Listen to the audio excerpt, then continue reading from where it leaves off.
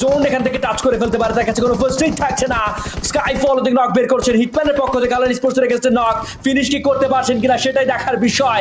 কিল সিকের করতে এবং হালাল স্পোর্টসকে হিটম্যান একাই এলিমিনেট করে দিলেন, 3টে কিল ডমিনেশনে চলে এসেছেন। লাস্ট প্লেয়ার এটি, আর তাকে ফিনিশ করা হবে।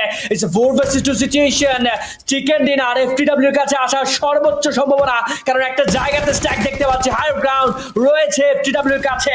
শুধুমাত্র মলটভ গ্রেনেড যদি করতে পারেন সেটাই কিন্তু পসিবিলিটি অনেকটাই বাস্তবে রূপান্তর করবে, বাট সেটা এখনো পর্যন্ত আসছে না। অন্যদিকে A1 AR they are trying to throw some utilities over that position. Hitman damage নিয়ে ফেলেছেন, তার যে গ্রেনেড সেগুলো এখনো পর্যন্ত কোনো ফলাফল আনতে পারেনি, বাট লিভাই তার এইচ পয়েন্টটাই ডাউন হবে, হিল করে ফেলবেন।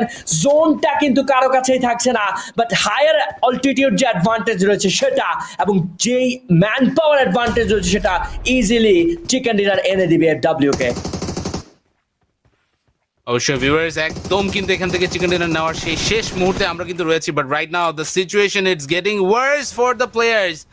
A1 এরও তারা এখান থেকে কিন্তু এখন বড় সড় একটা বিপদে আছেন। সিচুয়েশন এই মুহূর্তে মোটেও কিন্তু তাদের কন্ট্রোলে নেই। থ্রোবলস মারা হচ্ছে এক এক করে, বাট আমার কাছে কেন যেন মনে হচ্ছে শেষ মুহূর্তে ইজি এফডব্লিউ কে জাম্প করতে হবে। Hitman he was the one who was taken down, jump করে পড়ে গেলেন এন্ড সেখান থেকে নক আউট ডেথ স্টর্ম।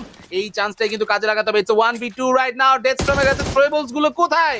এখনই তো গ্রেনেড করার পালা ছিল। ডেথ স্টর্ম এগিয়ে আছেন, 1v1 এর চেষ্টা, চমৎকার knock out and oh my God, what just happened? A1 Aero Esports is going with the win.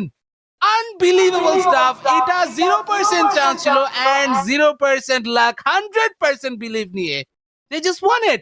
Amazing stuffs.